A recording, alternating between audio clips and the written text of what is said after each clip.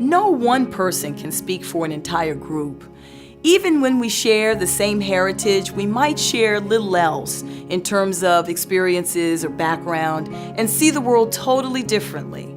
So we set out to start talking about our questions because no matter how similar we may appear to be, we all have our own story.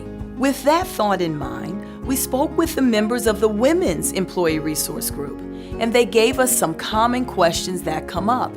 Some of their members also shared their thoughts on these questions. So let's listen to what they have to say, and then let's talk about it.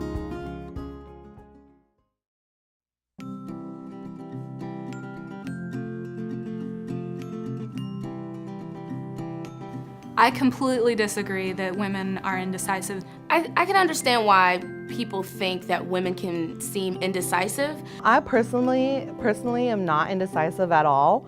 I make quick decisions and I know what I want, so it's not really applicable to me, and I feel it's more of a stereotype. There are many ladies in leadership on my team that have complete conviction with their decisions and ideas. And in my previous experience, it's more based on your actual personality type than your gender. I went through the DISC training, and I learned a lot in that training, realizing that it's more about your actual personality type than your gender.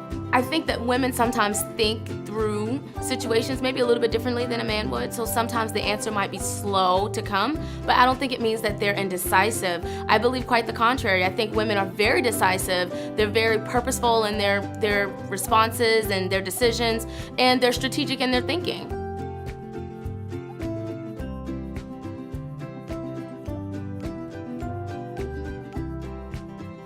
As far as chivalry goes in the workplace, I don't think that there's a problem with holding the door open for a woman or vice versa. I think men should definitely open doors for women. It's the polite thing to do. I hold the door open for anybody that's behind me. I think women still do welcome chivalry in the workplace.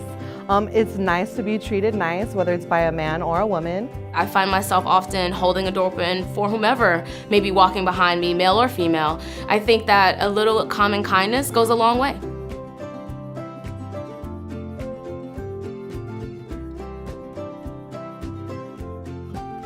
I think that traditional roles that are often filled by women, I think those are acceptable roles. If that's what you want to do, whether you're male or female, I think that's fine. I've known women who actually enjoy writing.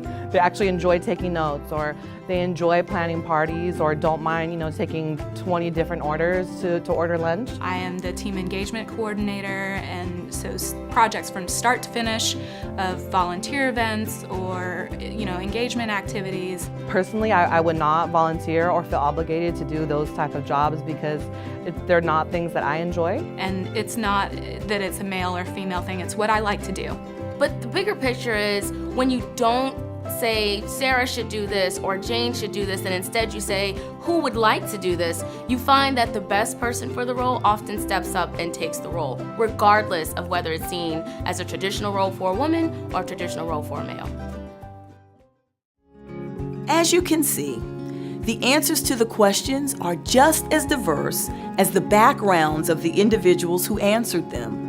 I hope you can also see that even though the questions might have been a little uncomfortable to ask, the answers weren't so scary. In the end, if we're going to build relationship with the people in our lives and understand where they're coming from, we have to talk about it.